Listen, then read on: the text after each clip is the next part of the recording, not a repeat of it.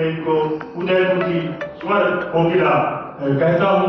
आप राष्ट्रीय कवयित्री हैं, पत्रकार हैं, मंच संचालक हैं, गायिका हैं, अभिनेत्री हैं, चित्रकार हैं, संपादक हैं दलीमा मासिक पत्रिका राजस्थान की, और साहित्य अकेडमी से 2 पुस्तकें उनके सहयोग से आपकी प्रकाशित हो चुकी हैं। राजस्थान भाषा साहित्य संस्कृति अकेडमी से दिवड़ा रोहेला हेलो राजस्थानी कविताओं की पुस्तक आपकी प्रकाशित हुई है।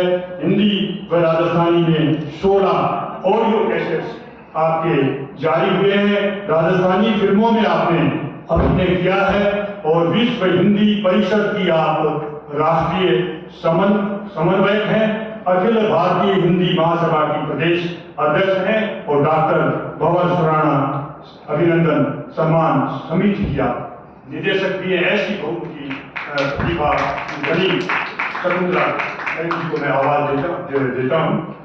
शकुंतला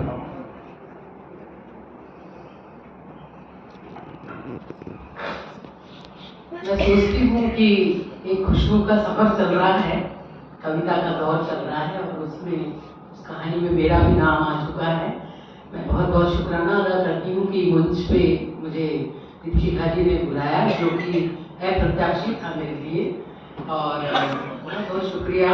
बहुत सुंदर पाठ हो रहा है। हमारे बीच मुख्य अतिथि के रूप में हमने आमंत्रित किया है आदरणीय जोशी साहब को। हालांकि उनकी दुनिया बिल्कुल यहाँ से जुदा है, लेकिन जो उनके काम हैं, जो खुशबूदार काम हैं, उन्होंने इतना प्रभावित किया कि मैंने दीपशिखा जी को कहा कि उन्हें यहाँ बुलाना चाहिए, क्योंकि वो भी एक बहुत बड़े साहित्य प्रेमी हैं, संगीत प्रेमी हैं और देश को ऐसे लोगों की बहुत ज़रूरत है। तो बहुत बहुत मैं स्वागत करती हूँ ये कहते हुए कि हमदर्द हैं, आप नेक हैं और प्रज्ञावान हैं। हमदर्द हैं, आप नेक हैं और प्रज्ञावान हैं, इस शख्सियत की इतनी सी पहचान है। तो बहुत स्वागत करती हूँ, अभिनंदन करती हूँ।